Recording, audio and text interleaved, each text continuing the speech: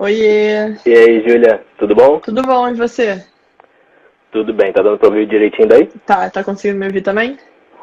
Tô sim, tá show. Perfeito. Quer começar se apresentando então, contando um pouquinho aí da sua experiência, de como é que você caiu nesse mundo, né, de redação e SEO e escrever para portais de notícias e tudo mais? Posso começar assim, posso fazer um resuminho, porque senão também eu vou ficar 3 horas falando. Não, mas é que basicamente eu sou web designer de formação mesmo, e eu criava sites para vários clientes. Um desses clientes me pediu um dia se eu não podia criar o conteúdo deles também. Isso era 2012 para 13. Na época, era um cliente que eu fazia um site para ele render com AdSense, que naquela época era coisa mais fácil do mundo. Se eu soubesse, eu tinha até investido nisso naquela época lá. Mas acabou que fui começando a fazer um artigo para essa moça aqui, um outro ali, ela me indicou um outro, e nisso eu não fazia a menor ideia que dava para você ser redator, para você viver de conteúdo, por exemplo. Isso era 2012 para 13, então em português você não achava nada sobre redação freelancer, sobre criação de conteúdo e tudo mais. E em inglês o que você achava era muito pouco ainda assim. Mesmo em inglês, mesmo ele estando muito na nossa frente, era muito pouco. Comecei a trabalhar, e aí, por ser web designer, mas era web design bem mais ou menos, né? Mas eu entendi um pouquinho de SEO, para a parte da criação dos sites, velocidade, tudo mais. Então, eu sabia que existia uma parte do conteúdo que você podia estruturar para aquele artigo, para aquele site, para aquele projeto ranquear melhor. E em cima disso eu comecei a procurar a questão de freelance writer SEO. Em inglês ainda assim, porque em português, para ter coisa de SEO para redatores, alguma coisa do A tipo, gente não está tem falando de 2, 3 anos. 2012, tem 9 anos, 2013, 8 anos, é Exatamente. bastante tempo, né? Não, exatamente. E era muita coisa voltada muito para blog, mas para blog mesmo. Não era para coisa empresarial em si. Era o pessoal do ProBlogger, do Copyblogger. Era esse pessoal que hoje em dia ainda é muito forte lá fora, que você achava uma coisa ou outra falando sobre o SEO para escrita, para conteúdo, naquela época. Era uma época que você conseguia ranquear enchendo de palavra-chave um conteúdo, por exemplo, coisa desse tipo. Então, eu vim desde lá, e ralando, e aprendendo, e procurando, e tal, não sei o quê. E aí, em 2013 para 2014, eu passei a trabalhar só com conteúdo. Foi quando eu comecei a achar mais coisa, vi que dava para muita gente precisando de conteúdo, e eu digo que hoje tem ainda mais gente precisando de conteúdo. E aí eu comecei a focar só em conteúdo. Então, desde 2013 para 2014, eu trabalho só com criação de conteúdo. Muita parte disso com base em estratégia de SEO, muito com base em funil de vendas, muito com base, hoje em dia, muito com copywriting mesmo também e tal. Mas desde lá eu venho trabalhando com isso, e hoje eu também tento ajudar quem quer começar com redação, quem quer aprender um pouco mais sobre como trabalhar com redação de forma geral, como redação web, né, deixando bem claro, de forma geral, e estamos nessa correria aí. E de onde você tirou fazer um Instagram, assim? O que te deu o estalo, né? Assim, vou produzir conteúdo também para ajudar não só, né, a mim, tudo que eu tô pesquisando vai ajudar não só a mim, mas também vou poder levar o conteúdo adiante e tudo mais. Então, o Instagram, se você olhar o meu Instagram, na verdade, o pessoal pergunta muitas vezes, Rafinha, você acha que eu devo criar um Instagram profissional ou ter um pessoal e um profissional? O meu caso, se você for olhar, ele é um, vamos dizer, professoal.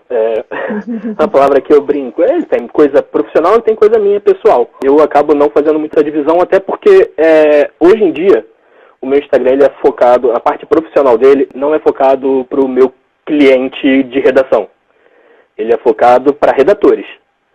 Ele hoje em dia é focado em tentar ajudar redatores, em ter conteúdo para redatores.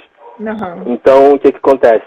Se você for ver até o meu Instagram, inicialmente ele era focado para os meus clientes. Tanto que os meus primeiros conteúdos, depois que eu saí do pessoal para ir começar a andar pelo profissional ali com ele, eram explicando o que é marketing de conteúdo para as empresas, sobre o porquê ela tem que focar no cliente e não simplesmente no resultado, né, que com foco no cliente vê resultado. E depois eu comecei a migrar isso mais para a parte de redação. E aí eu entendi que o Instagram, eu tenho blog, sempre tive blog, tem muitos blogs, mas tem o rafinhasoares.com.br hoje, que é falando para redatores, e eu entendi que o Instagram eu consigo atingir muito mais gente, né? Ainda mais com várias outras ferramentas novas que tem hoje, o Reels da vida, coisas do tipo, eu consigo atingir muito mais gente que consegue ter contato com o meu conteúdo numa distribuição muito mais fácil que o blog, por exemplo. Sim, foi uma das ideias também que eu resolvi criar um Instagram por isso, né? Porque, assim, às vezes você quer ensinar, você quer passar o conteúdo, você se dedica, você estuda, e você quer passar isso adiante e você não sabe por onde passar, né? Então, você procura formas de passar o conteúdo adiante. Eu também foco muito, realmente, nos profissionais da área, não em conversar com quem vai contratar, e sim no contratado, né? Assim, em falar com a galera de SEO, explicar e tudo mais. Mas eu acho que realmente é um trabalho muito interessante, tipo, é um trabalho realmente de ajuda, né? De fomentar o conteúdo da área e tudo mais. Então, assim, foi até o motivo de eu começar a te seguir, da gente começar a se falar e tal, porque eu acho que faz muita diferença trazer um conteúdo de relevância, principalmente no mercado onde tudo é motivo para cobrar, né? Vamos criar aqui um curso, ganhar... R$15 e explicar aqui o básico, assim, a gente consegue buscar informações que sejam confiáveis e relevantes e gratuitas também, né? Então, assim, eu acho que é muito válido e muito bacana esse formato de conteúdo que você traz.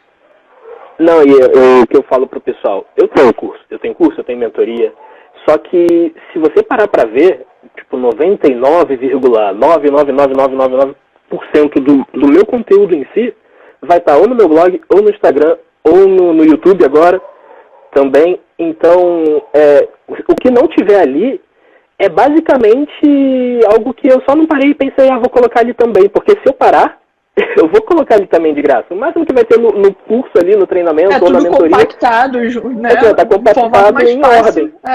Exatamente. Se a pessoa quiser, eu queria seguir um passo a passo exato do que o Rafael tem e tudo mais. Tá lá no curso. Mas se, só quero saber que ele fala de SEO rapidinho.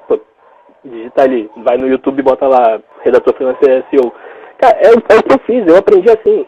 O único curso que eu fiz de produção de conteúdo em si, foi o da Rock Content lá em 2014, 15, quando para você trabalhar com a Rock, você tinha que ter o curso de produção de conteúdo. Então eu fiz esse, eu fiz o de inbound da HubSpot, na época também, porque a Content Tools pedia, então era na época, hoje em dia eu nem trabalho com plataforma, mas eu trabalho, né? Eu trabalho com ou indicação, ou com meus clientes já, basicamente, que eu tenho. Mas os cursos que eu fiz eram gratuitos. O que eu aprendi, tudo que eu aprendi, era material gratuito. Hoje em dia, eu sou copywriter também.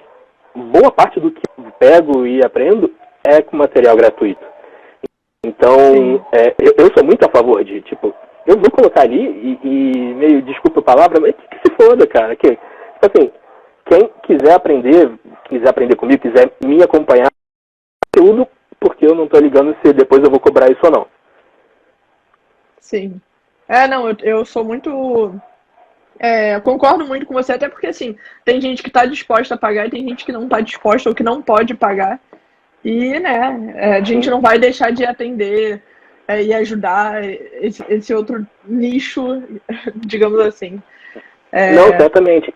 E só para eu complementar, e aí uma outra coisa que me fez até pensar muito em, mas eu ainda sempre preciso de cliente, de criação de conteúdo, ou de copywriter, ou que seja gente para comprar o meu curso, eu preciso ter minha renda, eu preciso ter meu sustento.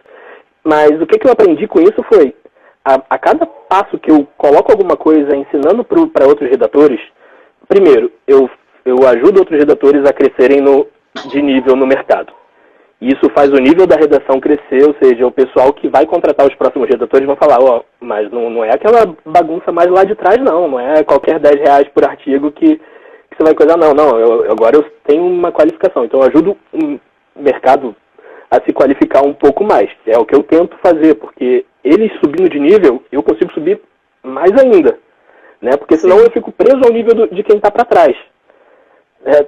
Outro ponto foi que, junto disso, eu mostrando o meu conhecimento com redação, outras pessoas que nem você viu, gostou do meu conteúdo e falou, Rafael, vamos gravar, não sei o quê.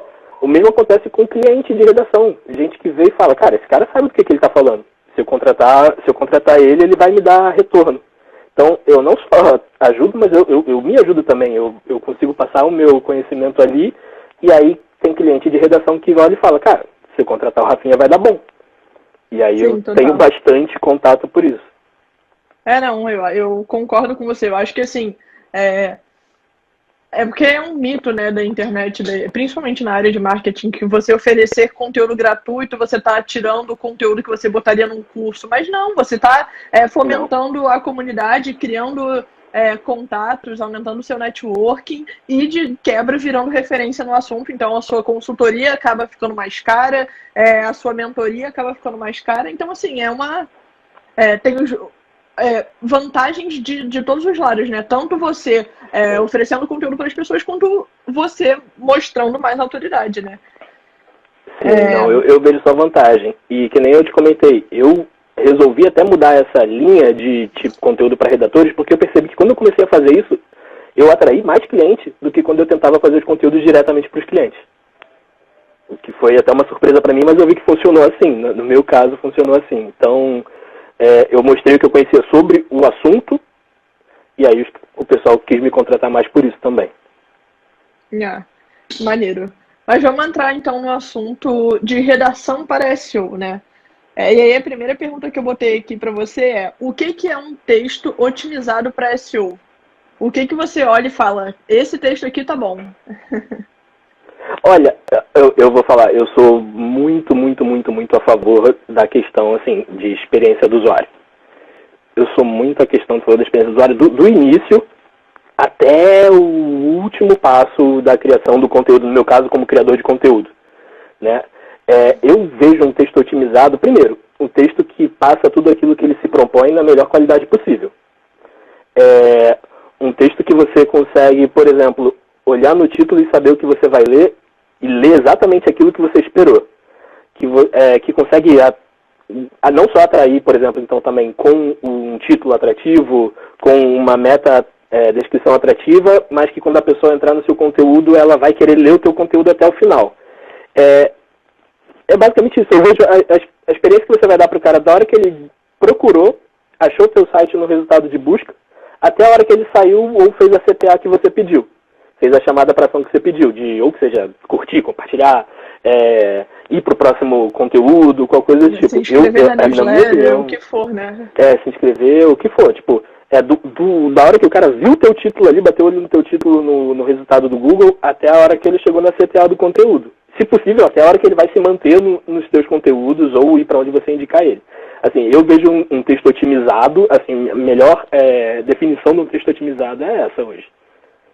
Mas, tipo, pesquisa de palavra-chave, essas questões, tags, H1, H2, H3, essa parte toda também, você foca em palavra-chave ou você também olha para, tipo, você olha só para a experiência do usuário e também foca em palavra-chave, faz pesquisa?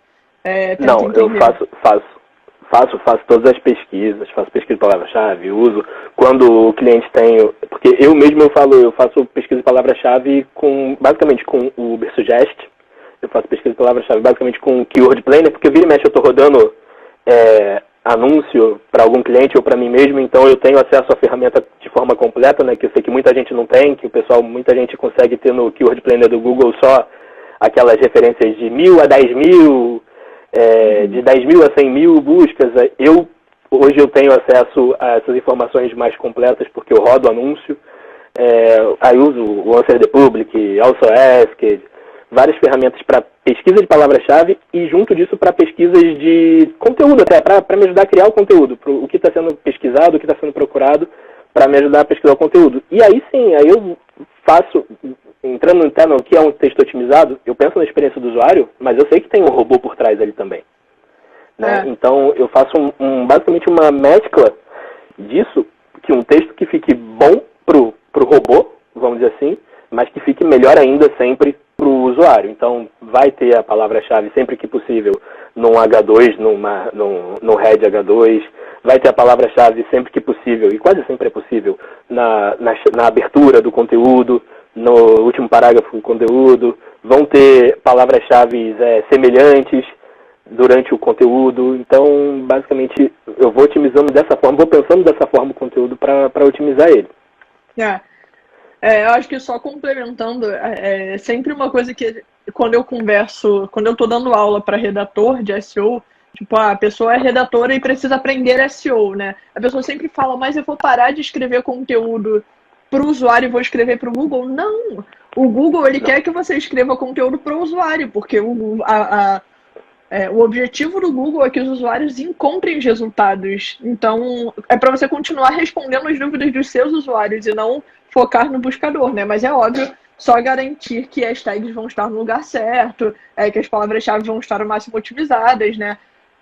Às vezes a gente tem, assim, diferença de palavra-chave no feminino, no masculino, umas coisas bobas, assim, mas que geram um volume de busca muito maior e que realmente trazem um retorno muito maior. Mas tirando esses detalhes que a gente olha nas pesquisas de palavra-chave, o foco ainda é o usuário, né? E foi isso que eu achei muito bom, assim, na sua resposta, do tipo, de fato, o que a gente precisa olhar é se a gente está fazendo um bom conteúdo para o usuário. Até porque não adianta a gente fazer um conteúdo maravilhoso para o Google que não vai nos gerar acesso, que não vai nos gerar tempo de usuário na página, porque todas essas são métricas que o Google vai estar vendo ali e que ele vai falar, cara, se a pessoa não está gastando tempo no site, se não está consumindo aquele conteúdo, não vai dar certo.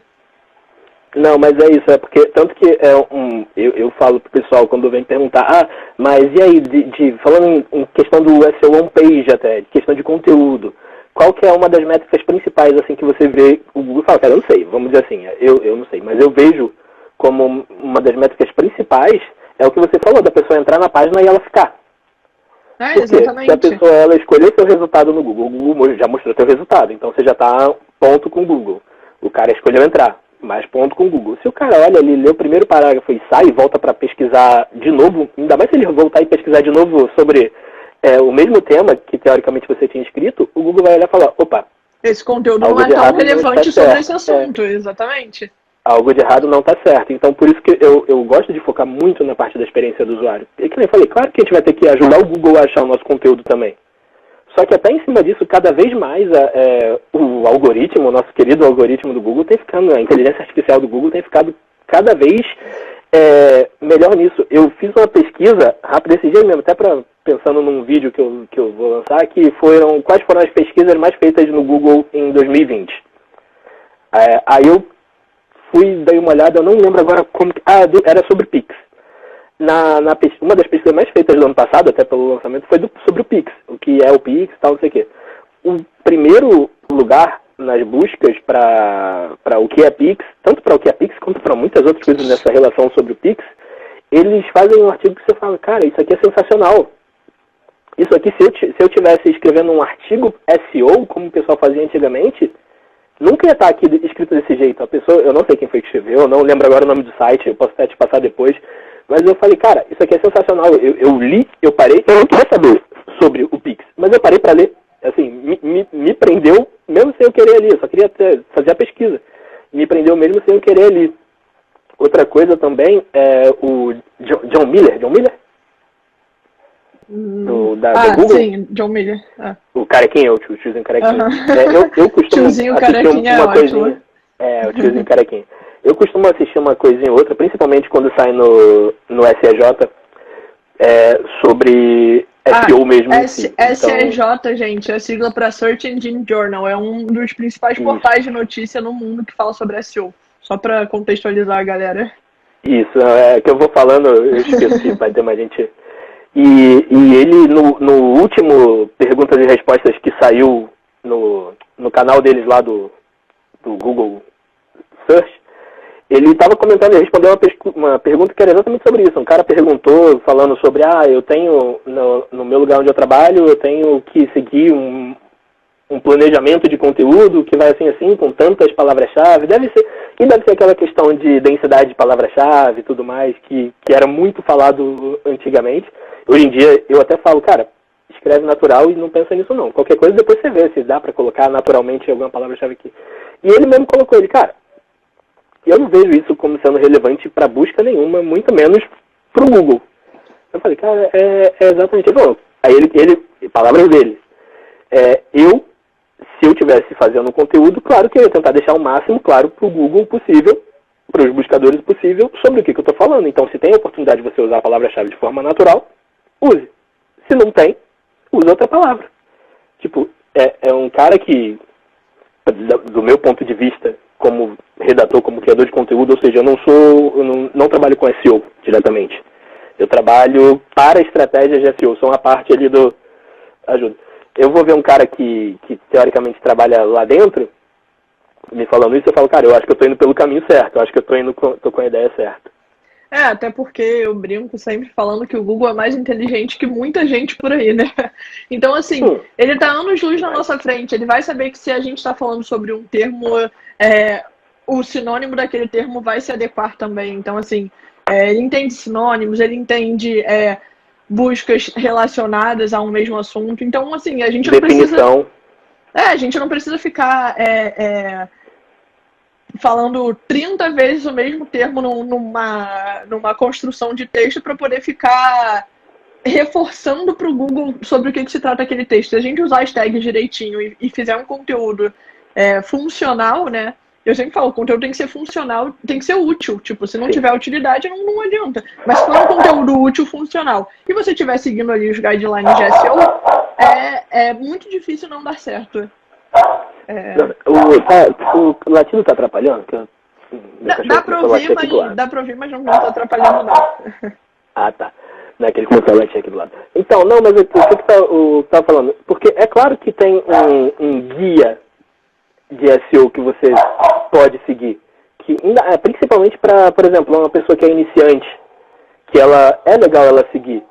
Só que a ideia é que ela pegue aquilo que ela começou a aprender, que seja o guia que ela seguiu na primeira vez que ela foi escrever um artigo, o SEO, que ela pegue aquilo e vá adaptando para como deixar com a melhor experiência do usuário possível, ainda em cima daquele guia, sabe? Existe o guia. Tem que ter a palavra-chave no H1, tem que ter a palavra-chave pelo menos em um H2, tem que ter a palavra-chave sempre que possível na abertura, no último parágrafo, no decorrer. Então, tem esse guiazinho, entre aspas. Vamos pegar como exemplo, tem as bolinhas verdes do Yoast para a pessoa seguir ali. Né? Aquelas malditas bolas. Yoast é até um assunto polêmico que eu vou até... mandaram lá na caixinha de perguntas sobre o Yoast, no final a gente vai comentar. Mas... não, eu tenho certeza que foi alguém que me segue que mandou. Foi sim. Pior é que foi mesmo. Não, foi, certamente. É que eu bato muito, tanto que e olha que hoje eu mudei meus projetos pessoais e estou tentando mudar todos os meus clientes para o Rank Math. Mas ainda assim eu falo, cara, não adianta você mudar para o Rank Math se for ficar de olho na nota. Então, não, mas tem que ser acima de 80. Não, então deixa sem plugin nenhum de SEO. A gente vai na mão. Não, mas mas existe as métricas principais e tudo mais. Só que o mais interessante é você saber que elas existem e você ir usando aquilo naturalmente durante o texto, durante o conteúdo. Isso falando como criador de conteúdo, né? Sim. Então, da minha parte, eu vejo bastante assim. Tá, e aí agora a pergunta oposta, né? A gente falou um monte de coisa aqui sobre o que a gente pode fazer para deixar o texto otimizado. E o que não fazer para SEO? O que você... para um texto otimizado de SEO, né? O que você não faz de jeito nenhum? Olha, a primeira coisa é não ficar repetindo a palavra-chave ou qualquer palavra que seja, sabe? Qualquer expressão que seja. Não necessariamente a palavra-chave, porque às vezes a sua palavra-chave é uma, mas a frase principal do conteúdo é outra. Não ficar repetindo, não ser repetitivo. Não fazer nada, vamos lá, voltando à experiência do usuário. Não fazer nada que a pessoa vai olhar e vai falar, caralho, que é isso que essa pessoa está escrevendo? Uhum. Por que tanta repetição? Porque, imagina, vamos pegar como exemplo palavra-chave. Se eu viro para você e falo que a palavra-chave principal é uma palavra-chave que tem que ser usada em todos os lugares que couber a palavra-chave. Foi você que brincou com isso esses dias até. Uhum. A palavra-chave fica forçado se você usar a palavra-chave várias vezes para indexar a palavra-chave no Google. Tipo, a palavra-chave, fica massivo, não é um conteúdo que você lê com tranquilidade, tipo ali uma coisa linear. Você vai ficar sempre, tipo, tendo interrupções e, nossa, tá estranho, né? E se se você botar... É aquilo que eu falei, quando você estiver escrevendo, para quem está vendo aí, for redator, for criador de conteúdo geral, quando você estiver escrevendo, cara, se bota no lugar de quem vai ler. Assim, a primeira coisa que tem que se fazer é se botar no lugar de quem vai ler. É isso que a gente falou das repetições. É a questão da legibilidade com questão de parágrafo grande. A gente, hoje em dia, principalmente lendo num celular, quando você pega um parágrafo com mais de 4 ou 5 linhas ali no celular, você já olha... Texto que aí fica o celular inteiro, né? A tela toda. Sim, às vezes... às vezes eu vou fazer umas pesquisas e caio nos sites que são mais antigos, e eram aqueles sites sem formatação, não sei o quê. Quando vai pro celular, aquilo ali fica um bloco de texto que você fala, meu Deus, como que eu vou ler isso aqui até o final? Então, essa questão da legibilidade, parágrafos curtos, assim, a pessoa não fazer, como estamos falando o contrário, para a pessoa não fazer parágrafos muito longos, ela não precisa usar, claro que vai depender do tipo de público dela, mas é que tem redator que eu vejo, cara, que seria ótimo cronista, que seria ótimo jornalista muitas vezes, que seria ótimo escritor literário, só que leva isso para redação web num artigo de turismo, por exemplo.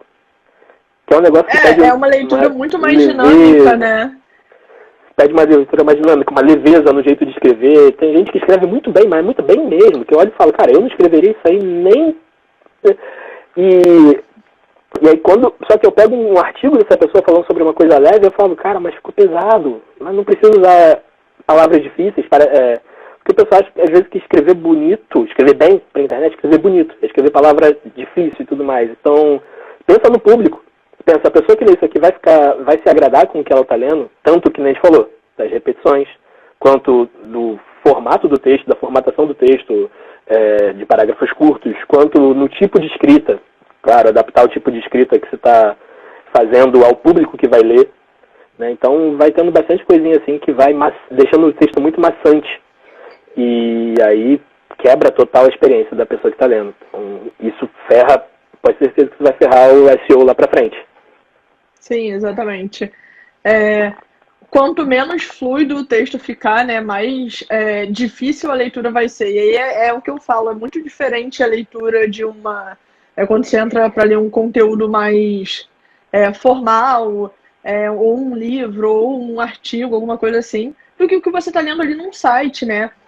Uma página focada numa conversão, focada em te trazer algum tipo de informação ali, uma coisa mais pontual. O conteúdo que a gente normalmente produz para SEO é esse conteúdo mais leve, então a gente precisa trazer essa leveza, né? Não adianta a gente ficar escrevendo, até assim, é uma coisa de SEO que é como se fosse regra, e eu falo, gente, não, que tem que ser aqueles textos gigantescos, que aí você olha lá em cima e tá, 15 minutos de leitura para falar sobre o que é um parafuso. E você fala, cara, não tem a menor necessidade, você não precisa falar, tipo, você tem que entregar o que a pessoa precisa, e não ficar ali gastando assunto com tudo, né, e assim... não, assim, é isso, é muito... Você focar realmente no conteúdo que você quer entregar. Se vai ter 5 parágrafos ou se vai ter 5 páginas, não tem problema. O importante é você passar a sua mensagem, né? Qual a informação mais correta e relevante para o seu usuário possível.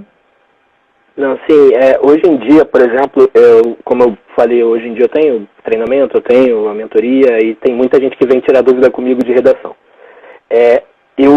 Uma dúvida gigante que tem por exemplo, quando o cliente me pede um artigo de 1.500 palavras, mas o conteúdo não vai chegar a 800.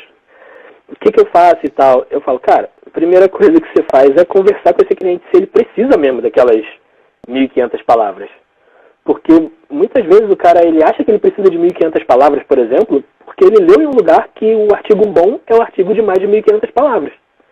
Né? Quando você pode ter um artigo de 500 palavras que vai pegar o mesmo tema e vai explicar tudo, e vai ficar foda, e vai ficar perfeito em questão de qualidade de conteúdo, ou um de 1.500 que vão ter 500 palavras foda e 1.000 de encher linguiça. Tipo, e aí fica maçante, vou deixar esse conteúdo chato, grande, fica maçante. Pra quem tá lendo, exatamente. Ou então, muitas vezes o que eu falo analisa direito. Falei de cachorro, veio aqui pra fazer bagunça, pra derrubar o negócio todo. participar um pouco. Não, veio derrubar aqui os negócios. Ou então, por exemplo, tem um assunto que realmente, um artigo que realmente ele poderia ter umas 1.500 palavras e tal. Eu tenho até um receio de ficar falando, porque definição de quantas palavras. Definição de quantas, porque a pessoa vai olhar e falar, mas não é você que fala que não tem que definir e tal, não sei o que. Eu falo, mas é porque o pessoal tem como padrão. A mesma coisa, questão de tipo de cobrança e tudo mais. É porque a gente de SEO precisa ter um range ali para se basear, né? A gente precisa de uma média, a gente precisa de um número. Sim. Então, um artigo deu certo com 2.000, outro deu certo com 1.000, outro deu certo com 1.500, a média ali é 1.500, então... mas é o que eu falo, das coisas que eu falo. A primeira coisa é quando você for começar a falar com o cliente, você entra e vê se ele já tem um blog, se ele já tem um site, se ele já tem alguma coisa. Como são os conteúdos que ele cria, quantas palavras em média tem os conteúdos que ele cria sobre aquele tema, até para você falar, cara, mas olha esse blog, filho, você tem um blog com os conteúdos muito bons de 800 palavras e você quer que eu crie 1.500, pra quê, sabe? Se já tá muito bom, se você já trabalha dessa forma. Ou então que nem fazer o contrário, o cara quer contratar um de 500, você fala, cara, olha quanta coisa que eu vou ter para falar disso aqui, que vai ficar melhor com mais. Então, o cara, a pessoa, o redator, o criador do conteúdo, ele entender, por isso que eu até falo que é importante a pessoa ela ter o nicho definido quando ela vai começar a trabalhar como redação freelancer, que então ela vai já ter, por exemplo, um swipe file de conteúdos daquele mesmo tema, e ela vai saber, por exemplo, uma média dos conteúdos de turismo são de 3.000 palavras, porque é coisa pra caralho para falar sobre o lugar, tal, não sei o quê. A média de um conteúdo sobre redação freelancer é 2.000, 3.000 palavras. Só que a média de um conteúdo, até dentro do turismo mesmo, para falar sobre o mapa da região, não dá 500 palavras. Então, quando você tem um nicho, você já tem um conhecimento assim, de vários artigos que dão certo ou não naquele nicho, você consegue ter uma ideia até para passar para o seu cliente, tipo, a maioria dos artigos que ranqueiam nesse nicho, para esse tema que você quer, eles têm um tamanho mais ou menos assim, e olha, eles não enrolam muito, então dá pra gente fazer um negócio legal com essa quantidade de palavras. Ou, você quer estar falando de 2.000 palavras, mas a maioria aqui, eles com 1.000 palavras estão enrolando. Então não sei se a gente vai ter, é melhor a gente pegar e fazer 2, 3 de 1.000 palavras e interligar eles, fazer linkagem interna, fazer uma brincadeira boa na linkagem interna, do que fazer um só, gigante, que vai enrolar o cara e ele não vai querer ler. Sim, exatamente. Porque, assim, as pessoas tendem a olhar uma matéria que fala sobre uma coisa que deu certo e criar uma regra sobre aquilo, né? Nossa, eu fiz um conteúdo de 1.500 palavras, deu certo. Caraca, eu só vou fazer conteúdo de 1.500 palavras. E não é, né? A gente brinca no mundo de SEO que a gente fala em SEO, tudo depende, né? Não tem nada que seja uma verdade absoluta. SEO isso. É teste. SEO é teste atrás de teste, né, cara? Eu falo, eu não trabalho com SEO, mas eu estou em vários grupos de SEO, porque indiretamente eu trabalho com SEO. Indiretamente eu tenho que saber ali o que está funcionando hoje, o que não está funcionando hoje. Até porque, que nem eu falei, eu sei disso do SEO Journal, porque eu acompanho outras galeras de SEO que, então, acaba chegando para mim. Eu não preciso ir atrás e procurar, acaba chegando para mim. Uhum. Eu acompanho o SEO de pijama com vocês, eu acompanho muita coisa de SEO, eu sigo todos os canais gringos, principalmente também, que falam sobre SEO, o canal da SEMrush, eu sigo o canal da Ahrefs, eu sigo tudo assim relacionado a isso, para eu ir entendendo o que está funcionando agora, o que não, como o pessoal está indo, não. Então, eu entendo que SEO é teste, SEO hoje sempre vai ser, porque primeiro que o algoritmo não vai ficar sendo igual sempre. Agora já vai ter mudança agora em junho e em julho de novo, né?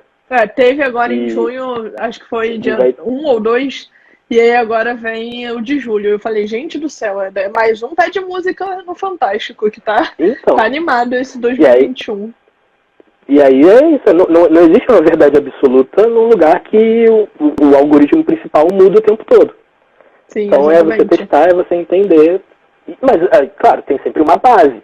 A base vai se mantendo e você vai alterando uma coisa ou outra. É que nem o que a gente falou, da base que tem da escrita para SEO, e você vai adaptando isso para a melhor experiência do usuário possível. Total. Um outro ponto que eu não anotei, eu nem conversei com você sobre isso antes, mas que eu vi a Karine, que foi uma menina que, se eu não me engano, veio por você e começou a me seguir também. ou eu comecei a seguir ela, não me lembro qual foi a história, mas a gente acabou se seguindo, e aí eu vi hoje um post dela que eu fiquei assim, gente, não é possível, que estava falando sobre quanto um redator de SEO ganha. Preço. Nossa, cara, assim, eu acho que cada vez mais nessa área a gente precisa comentar de preço, né? E assim, é um assunto que as pessoas ficam cheias de dedos, mas pelo amor de Deus, gente, enquanto não houver uma média ali, vai ter gente que vai ganhar R$10 por um conteúdo de um blog. E não, isso acontece. Então, assim. E é um absurdo. É um absurdo, né? Assim, você está subutilizando o seu tempo, pelo amor de Deus, não faça isso. Então, tipo, como é que você enxerga uma média de salário ou de preço? Você cobra por palavra, você cobra por... qual é o seu, né? Como funciona a cobrança? O que eu faço hoje? Hoje em dia eu trabalho, como eu tenho basicamente meus clientes de sempre, eles me entendem, já me conhecem. Eu trabalho por projeto. Eu trabalho por projeto, a gente analisa.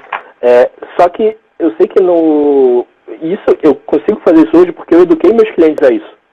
Porque eu sei que a maioria do pessoal que vai contratar um redator hoje, a maioria vai estar acostumado e vai procurar um preço por palavra. Né? Então, o que eu faço muitas vezes, assim, eu até indico outros redatores façam cara, pega, analisa o projeto do cliente, vê quanto que vai dar o valor, assim, do projeto, e aí, para passar para ele, vai lá e faz uma regra de 3 simples e passa um valor por palavra, para ele entender, porque o normal hoje, de forma de cobrança que você mais vê acontecendo cobrança por palavra. Normalmente, né? É por palavra. E aí eu falo, mas Rafinha, você já trabalha um tempão, então você já tem uma ideia, quando você pega um projeto, você já sabe o tempo que você vai demorar, o que você vai ter que fazer de pesquisa, o que você vai fazer no projeto todo para falar o preço final do projeto e conseguir fazer isso. Mas eu não, eu vou pegar eu sou generalista, eu falo, eu hoje, eu sempre fui generalista, só que eu tenho meus nichos principais, que é marketing de conteúdo e que é turismo. Tá? Mas se eu precisar pegar de qualquer coisa, eu faço. Só que para quem é generalista está começando, realmente fica muito difícil você saber cada projeto, mais ou menos, como vai, quanto tempo você vai demorar e tal, porque você pode pegar um projeto novo sobre taxação que vai te deixar ficando 3 horas para fazer um conteúdo. Uhum. Sabe? Enquanto se você pegar um que nem de turismo, que é teu nicho principal, você pode pegar e em meia hora, ainda mais se for para um lugar que você já viajou, por exemplo, sem nem precisar de tantas fazer pesquisa nenhuma, né? Muito... né? Você vai, em meia hora, você escreve lá 1000 palavras, voando, e amando aquilo, né? E aí, por isso que eu falo, por isso que eu não indico o preço até por palavra, também não indico o preço por hora, eu penso por projeto, porque no projeto você já coloca em conta o nicho para o qual você vai escrever, a quantidade de palavras que você acha que vai ter o seu conteúdo no final. Por mais que eu brinque e fale que não acho que tem que ter uma quantidade fixa de palavras, é um tamanho de conteúdo que você está vendendo um produto ali. O seu serviço... Um molde ali, né? De 800 a 1000. Tipo, vai ter uma margem de erro ali, mas assim, para definir uma média, pelo menos. Sim. Não, é aquilo. O meu serviço, uma coisa que é um serviço para mim, para o meu cliente é o produto dele. Né? Ele está contratando, muitas vezes ele não sabe que ele está contratando o meu serviço, ele está contratando o meu produto. Até eu explicar para ele que vai muito além de eu escrever as palavrinhas e enviar para ele, que ele não está comprando um artigo, até o cliente inicial, um cliente novo, por exemplo, entender isso, vai um tempinho dele vendo que eu estou fazendo pesquisa, que eu estou fazendo não sei o quê, ver o resultado que ele não via talvez com outro redator que só entregava o artigo para ele e pronto, tudo mais. Mas basicamente é isso. Hoje eu cobro por projeto, eu indico cobrar por projeto, mas a pessoa quando ela é iniciante, ela não vai saber cobrar por projeto. Aí eu falo, não, então vai lá, cobra por palavra. Só que pensa em se valorizar como profissional quando você vai cobrar por palavra. Hoje em dia eu falo, cara, um preço para mim justo para um redator iniciante. Para o redator iniciante, o cara que está entrando ali, ele aprendeu a escrever, o cara que já também tem um portfóliozinho dele montado, pegou, escolheu um nicho, escreveu uns 3 textinhos para mostrar para o contratante que ele sabe o que está fazendo, sabe o que está falando, é pelo menos 10 centavos por palavra, quando ele vai cobrar por palavra. Mas eu deixo sempre claro, eu não recomendo cobrar por palavra. Eu também não recomendo cobrar por hora, só para deixar claro, porque, por exemplo, que nem eu falei, eu posso pegar um artigo de turismo e demorar meia hora para escrever. E ele vai ficar sensacional. Sensacional. Do mesmo jeito que se eu pegar um artigo de taxação, eu vou demorar 3 horas para escrever, eu não sei quão bom ele vai ficar. Sim. Ou seja, eu vou cobrar mais caro por algo que eu não entendo, que eu vou demorar mais, ou por algo que, pelo meu conhecimento, pela minha experiência, pelas minhas coisas, eu demorei meia hora para responder. Para mim, na minha cabeça, eu poderia cobrar 10 vezes mais pelo meu conteúdo que eu demorei meia hora para escrever sobre turismo do que sobre um conteúdo que eu estou pesquisando coisa nova ali que eu vou demorar mais para fazer. Então, por isso que eu penso na questão do projeto. Uhum. Não, faz muito sentido, assim. Eu acho que é importante falar sobre isso, né? Eu até te deixei numa sinuca de bico para você ter que responder no improviso, mas é porque realmente, assim, eu vejo as pessoas, às vezes, quando estão começando, né? Quando estão querendo realmente trabalho para se desenvolver e tudo mais, aceitar condições que são muito injustas. Eu acho muito injusto. Eu sou a maior defensora, porque... assim, redação é tão importante quanto SEO, que é tão importante quanto tudo. Então, tipo, não é justo. Se eu em SEO estou cobrando um preço X, eu, por exemplo, cobro por hora. Se eu estou cobrando um preço X por hora, porque eu entrego horas de trabalho, se vocês estão entregando projetos ou se vocês estão entregando palavras, vocês têm que cobrar, independente de qual seja a maneira, do preço justo, o que equivale, né, ao seu tempo. E não, uma pessoa está disposta a pagar 5 centavos por palavra. Cara, eu canso de ver gente anunciando aí 3 centavos, 5 centavos por palavra. Eu fico, gente do céu, pelo amor de Deus. Não, eu penso ou que essa pessoa, geralmente, ela... Eu sei que cada um sabe onde aperta o seu calo e tudo mais e tal. Mas eu falo, cara, quanto que essa pessoa ela vai ter que fazer de trabalho, de artigo, de conteúdo, para ela conseguir ter um salário bom no fim do mês? Então, um salário bom nível Brasil, que eu tô falando, que o pessoal vai R$2.000, que seja e tal, não sei o quê. Quanto que a pessoa dessa criar de conteúdo para conseguir R$2.000 no mês, por exemplo? Que é um salário médio brasileiro, que é mais alto que a média do salário brasileiro. Uma pessoa para 2, 3 centavos por palavra, ela vai ter que se matar de escrever. Muito, exatamente. E não é nem justo, as pessoas estudam para isso, as pessoas gastam tempo fazendo pesquisa, tem um material. Sim. Notebook não é barato hoje em dia. Não. Existem ferramentas. Exatamente, tem um monte de coisa envolvido. Então, foi um tópico que eu vi hoje, um conteúdo, e eu falei, eu vou até... O stories dela, eu vi o stories dela falando que o cara colocaram lá R$10 por artigo de 500 palavras. Falei, cara, não, isso eu comentei com ela, eu coloquei, cara, isso é muito absurdo. E ela até comentou, isso tá até como destaque no Google, quando a pessoa pesquisa. Né? E eu tenho, meu último vídeo que tá lá no YouTube agora, hoje, você entra lá, ele fala até sobre isso, que eu fiz uma pesquisa, que ele mostra que foi umas 60 respostas mais ou menos, que mais de 50% do pessoal que respondeu não ganha R$1.500 como redator. Ganha menos? Menos de R$1.500 eu coloquei, deixei claro, a gente responde só com redação, só com criação de conteúdo, só com redação de artigo, por exemplo. Porque, por exemplo, hoje eu trabalho como copywriter também. Então, para falar do quanto eu ganho hoje como redator, eu não considero como copywriter. Né? Mas o pessoal colocando menos de R$1.500. E qual é a diferença entre redação e copywriting? Aproveitando já então o gancho. Assim, eu faço essa divisão porque as pessoas fazem também. Porque, na minha cabeça, no dia a dia acaba sendo a mesma coisa, não? Sim, então, eu não estou falando, no fim das contas ele vai variar só qual que é, vamos dizer assim, só qual que é a fase do funil que a pessoa está escrevendo.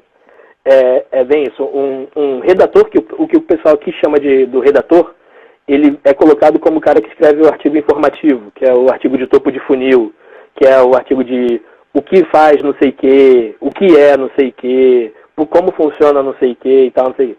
E o copywriter, como colocam aqui no Brasil, é o cara que escreve a carta de venda, que escreve o porquê você tem que comprar não sei o que já faz a parte da persuasão e tudo mais.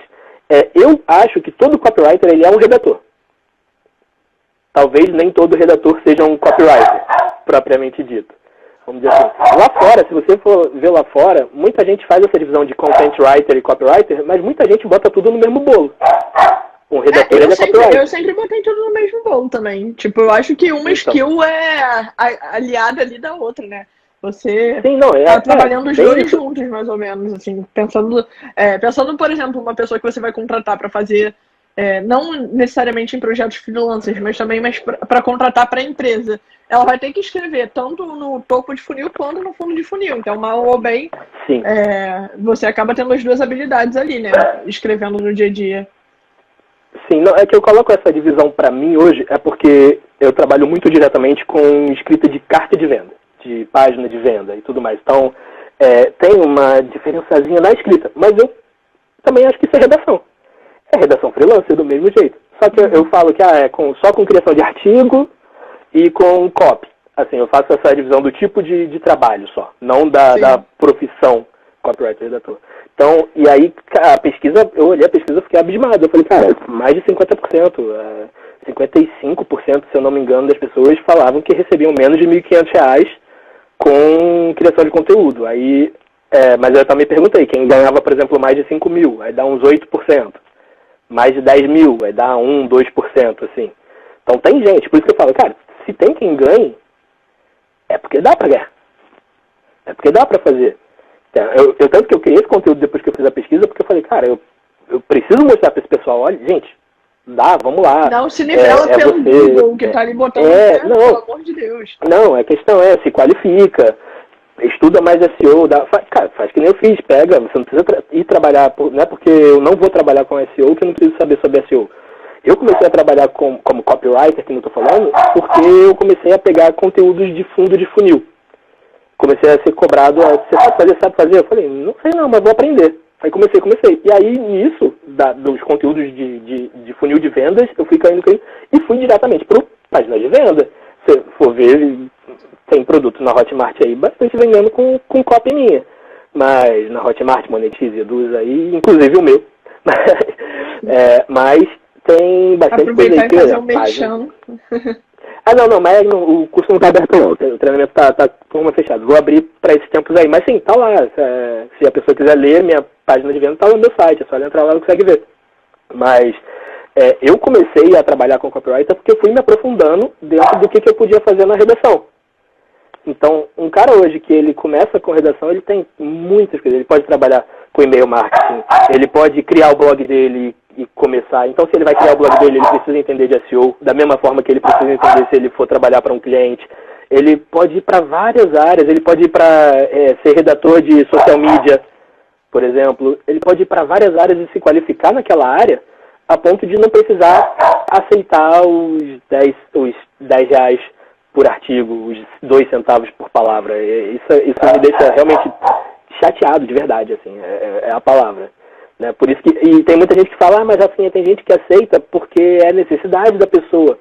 Eu falo, não, eu sei, eu entendo, mas se a pessoa tem algumas condições, por exemplo, ela poderia fazer uma outra coisa, ou não sair do trabalho dela, por exemplo, que nem muita gente sai para trabalhar na internet e aí vai aceitar pouco porque sai do trabalho. Ou não sai do trabalho enquanto vai fazendo uma estruturazinha, montando um portfólio, dando uma estudada, ou ela arruma uma outra renda. Por exemplo, eu brinco muito falando, eu sei que não é fácil, eu sei que não é simples, mas eu brinco muito falando, vale mais a pena às vezes você fazer um Uber, se você tem uma carteira de motorista, você ir vender água no sinal, que são coisas muito mais, vão te deixar com uma cabeça muito mais tranquila do que você ter num dia 5 mil palavras para escrever.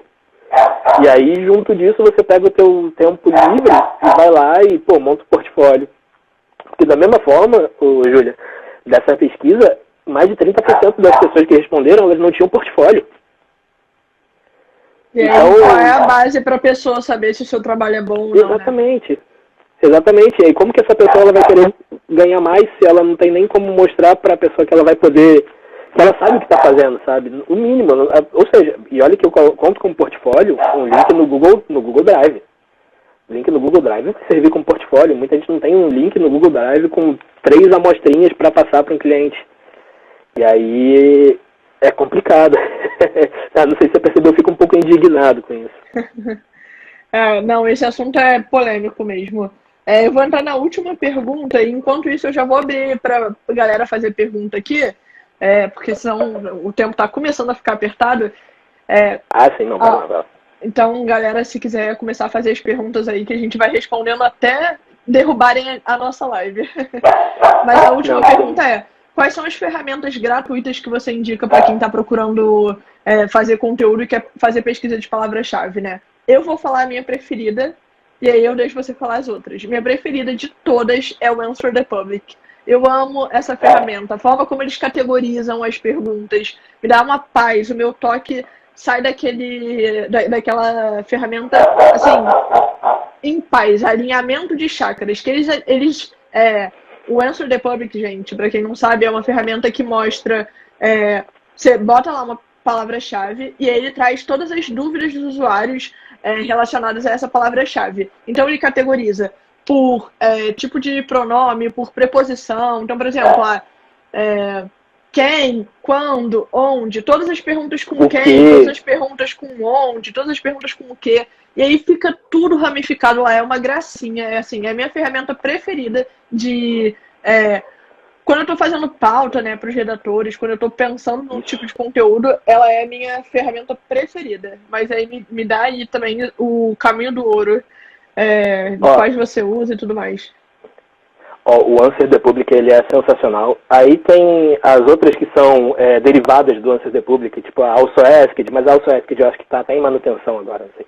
Mas que são derivadas do Answer the Public, são no mesmo esquema, que aparece lá a rodinha apontando para os conteúdos, mostrando tudo que é procurado como formas de, porquê, o que quem faz desse esquema. Então o Answer the Public, ele é sensacional por isso. Eu brinco e falo, cara, com 3 ferramentas você consegue criar um conteúdo completo, 3 ferramentas gratuitas, você consegue criar um conteúdo completo e que, vai ficar show, que é o Answer the Public, falando em gratuito, o Uber Suggest, porque no Uber Suggest você consegue também pegar essa palavra-chave, ter ideias de palavras-chave relacionadas e ele já te dá ao mesmo tempo, junto ali, quais são os principais conteúdos já ranqueados no Google para aquela busca. Né? Então, nisso você consegue saber ver títulos, ter ideia de títulos, ter ideias de formas de conteúdo e tudo mais. Que nem eu falei, hoje eu tenho um swipe file, né, que é um arquivinho, umas pastas já com conteúdos de tal tema que eu gosto. Aí então, eu tenho o meu próprio Ubersuggest ali do jeito que eu vou querendo. Só que o Ubersuggest, ele te dá ali, quando você coloca, por exemplo, redator freelancer. Ele vai te mostrar várias palavras-chave relacionadas à redação freelancer. Ele vai te mostrar quantidade de busca, ele vai te mostrar facilidade de ranqueamento, vamos dizer assim, né? Se tem concorrência alta, concorrência baixa, e ele vai te mostrar, como eu falei, quais são os principais artigos ranqueados para aquela palavra-chave. Então ele já vai te mostrar tudo. Tudo bem que o Answer the Public, hoje em dia, ele é freemium, né? Ele te dá algumas buscas para você fazer por dia e depois você teria que pagar. Mas mesmo assim, para um redator, que nem eu falei, um redator ele não vai fazer, não deveria fazer, vamos dizer assim, mais de 5 conteúdos por dia. Então, se ele usar o Answer the Public para 3, o Ubersuggest para 3, já vai dar uma bela ajuda para ele. Né? Até porque muitas vezes os conteúdos que ele vão fazer, que o redator vai fazer são do mesmo tema. Então ele já vai conseguir pegar várias ideias para vários conteúdos em uma busca só. E o Google, né? É a melhor ferramenta, eu sempre falo isso. Cara, se você quer escrever um texto que vai ranquear no Google, usa o Google, vê o que o Google te dá sobre esse tema. Se eu quero escrever sobre cortinas para o quarto, eu vou jogar lá no Google, cortinas para o quarto, e ver o que já tem de resultado, para eu entender como é que as pessoas pesquisam e como os resultados, né, estão aparecendo. E o que falta, eu gosto de ver muito os buracos que faltam preencher sobre um conteúdo. Então eu sempre procuro exatamente o que não tem ainda falando sobre aquele assunto que eu posso trazer de informação. O Google é top de todos, assim, pra mim também. Falando no Google como uma ferramenta gratuita para você, porque pagas aí tem as outras lá, tem o Ahrefs, o SEMrush, Magic, qualquer ferramenta dessa que vai te dar muitas métricas para você analisar, mas para quem é redator, a não ser que você vá entrar a fundo na parte de SEO do projeto, não vale a pena. Vale a pena você criar o conteúdo. Focar em criar o conteúdo. Deixa a equipe de SEO te falar o que você precisa entregar e você cria. Mas o Google, primeiro, você coloca a palavra-chave lá no coisa, você não precisa nem dar o enter. Ele já vai te dar várias ideias de outros subtópicos para você falar. Ele vai complementar a sua palavra-chave. Se você colocar a palavra-chave e der o enter e for lá embaixo, ele te dá mais ideias ainda. Lá antes de ter a paginação do Google, ele te dá lá, também pesquisam por. No Google você consegue saber como que, por exemplo, porque eu falo muito também da questão de intenção de busca, né? Porque muitas vezes o cliente ele não sabe o que ele precisa, ele sabe o que ele quer. Então, tipo assim, o cliente vira e fala, eu quero um artigo que ranqueie para britadeira. Só que se você escreve britadeira no Google, só vai aparecer venda, só vai aparecer e-commerce. Então, você entender, tipo, se eu quiser ranquear para as palavras-chave X como artigo, qual que é a palavra-chave de cauda longa, vamos dizer assim, que eu tenho que colocar? Porque se eu boto só britadeira, eu não vou aparecer porque o Google só vai mostrar só e-commerce, só compre britadeira, venda britadeira. Mas o que eu quero ranquear é, por exemplo, para como usar uma britadeira corretamente. A britadeira tal funciona, tal. Então você vai ter uma ideia de qual que é o tipo de conteúdo que você tem que criar. Exatamente o que você falou, por exemplo. Muitas vezes, como que o Google gosta dos conteúdos para esse tema? É lista? É vídeo? Porque muitas vezes você pode estar lá escrevendo artigo, se matando no artigo, mas todos os primeiros resultados que aparecem são vídeo. Sim. Então, que tem muita gente que tem medo, tipo, de virar para o cliente e falar, eu acho que o que você precisa não é isso. Eu acho que o que você precisa, por exemplo, eu já vira e mexe, já dá a solução, né? Ao invés de você Exatamente. só acatar o que ele tá falando, você dá a solução. Você fala, não, vamos seguir então por esse caminho, que esse daqui vai ser melhor. Tipo, eu como profissional que entendo do que eu tô falando, que fiz as pesquisas, que sou especialista nessa área, sugiro que você siga por esse caminho. Então, trazer esse papel mesmo de especialista, né? E não só acatar o que a galera fala. E o Google a gente vai a precisar ferramenta encerrar, sensacional para isso. Rafinha. Tá apitando aqui, a gente não conseguiu responder todas as perguntas. Eu acho que vale uma parte 2 dessa live. Vamos marcar para as próximas semanas uma parte 2 para a gente responder as perguntas. E muito obrigada, galera, todo mundo aí que participou. Obrigado demais, de Rafinha, pela sua presença aqui. Não, eu que agradeço o convite.